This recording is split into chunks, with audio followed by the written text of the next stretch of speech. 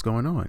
Thank you for stopping by to visit the channel for this upcoming game preview of Penn State and Ohio State in a big-time Big Ten matchup. If you want to hear a different take of college football from an analytical perspective, if you haven't done so already, please click that subscribe button, click the notification bell, and select all so you don't miss another video. Also, like the video, share the video. It helps this channel grow.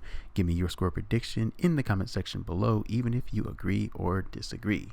So, let's go ahead and get started, how we always do on this channel, with the tail of the tape of advanced metrics.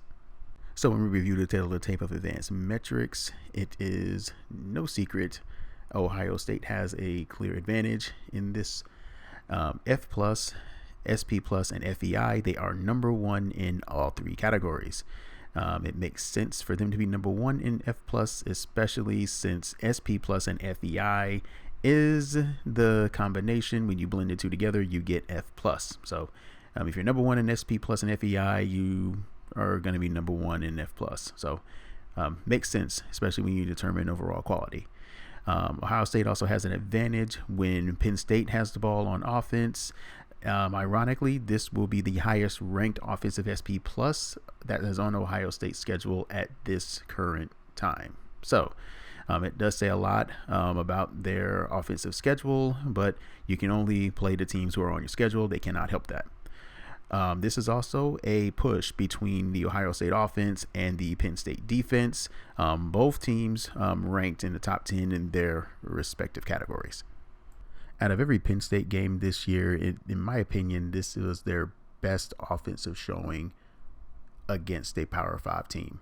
I know they had excellent showings against Central Michigan and Ohio, but you know, G5 schools, you can only do so much against them. And honestly, you know, hanging 30 or 40 against a G5 school doesn't really hold a lot of weight. But when you put up 45 against a conference opponent, you know, I understand that Minnesota was also, you know, a little banged up. They weren't at full strength.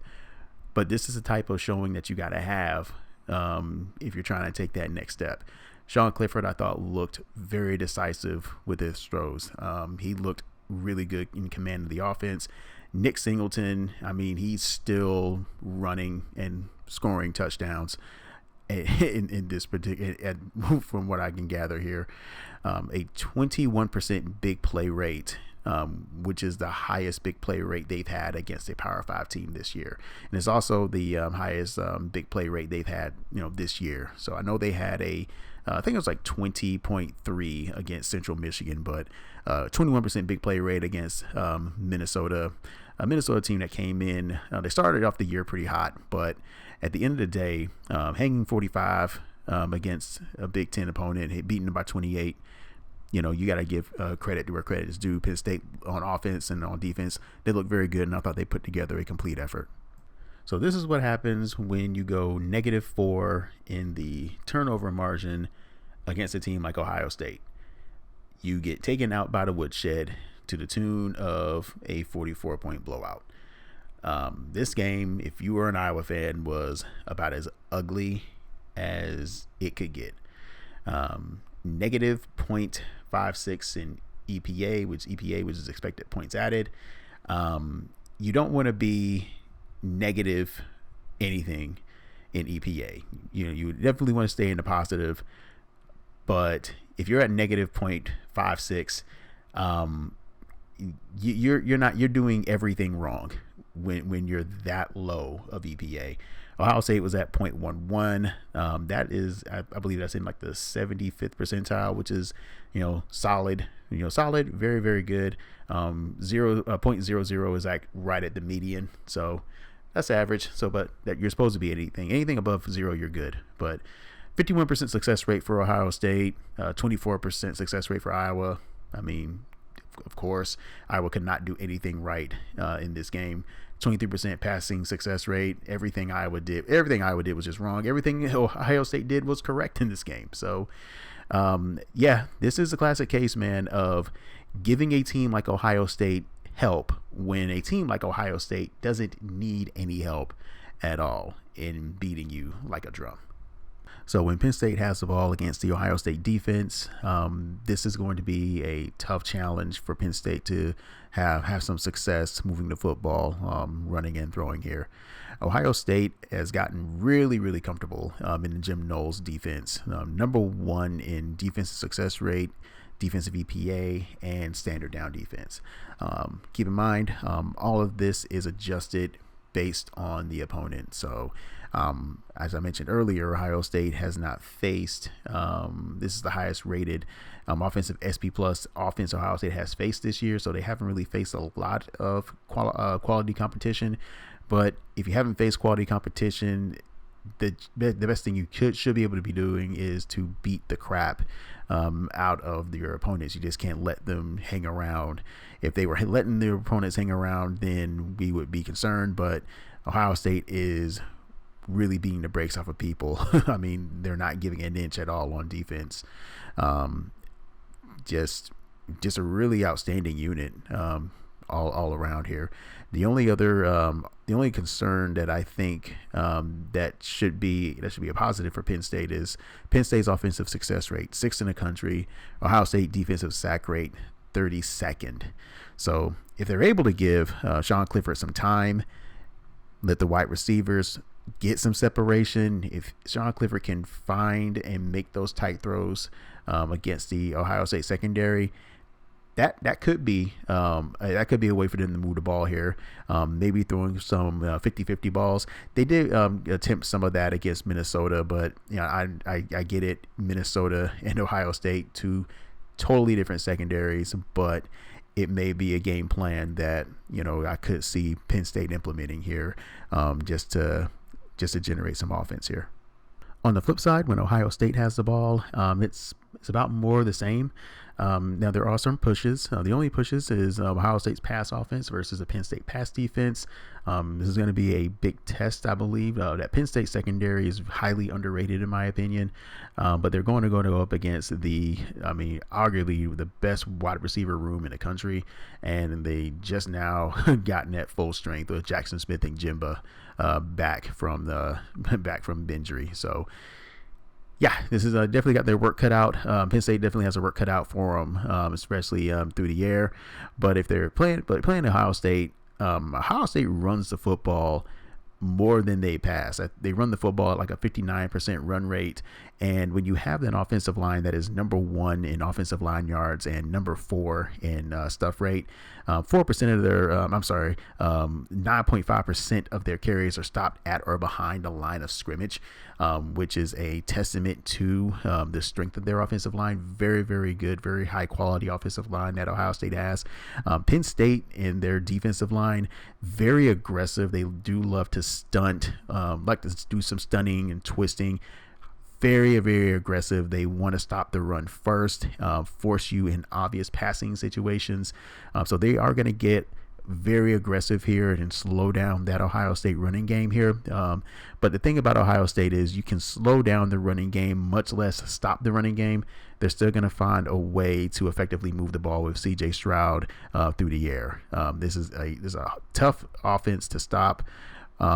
Especially if you commit your resources to one thing just because they're so balanced in everything else. All right, so for the computer model, at the time of recording, Vegas has Ohio State favored by 15.5.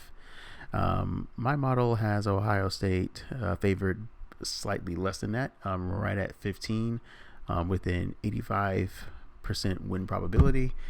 Bill Connolly and his SP Plus rating actually has Ohio State favored by 12, I believe, and he is giving them a 76% win probability. So it looks like my model and Bill Connolly does not like the Buckeyes to cover on the road. So this should be interesting to see how this plays out. All right, so anytime that we have a team that is a heavy favorite by 2 touchdowns or more, we ask ourselves, is there a path to victory for the team that is the underdog? So in a game like this, to be honest with you, yes, there is a path for Penn State to pull this one off, but the path is going to require to get a lot of help from Ohio State. It's going to have to be somewhat the opposite from Ohio State got from Iowa last week, but not to the tune of turning the ball over 6 times. But in a way, Ohio State is going to have to lose a turnover battle. I say be -2. If they're -2 in a turnover battle and this game is a single score going into the fourth, then be quite honest with you, all bets are off. That's the kind of game where in the fourth quarter, palms get sweaty, players get tight, balls bounce differently. I mean, at the end of the day, you can just kind of feel how some of those games are just going to go, especially if the home team gets a lot of breaks and the crowd is just continuously staying in this game. Historically, Penn State plays Ohio State tough. I mean, this is their Super Bowl.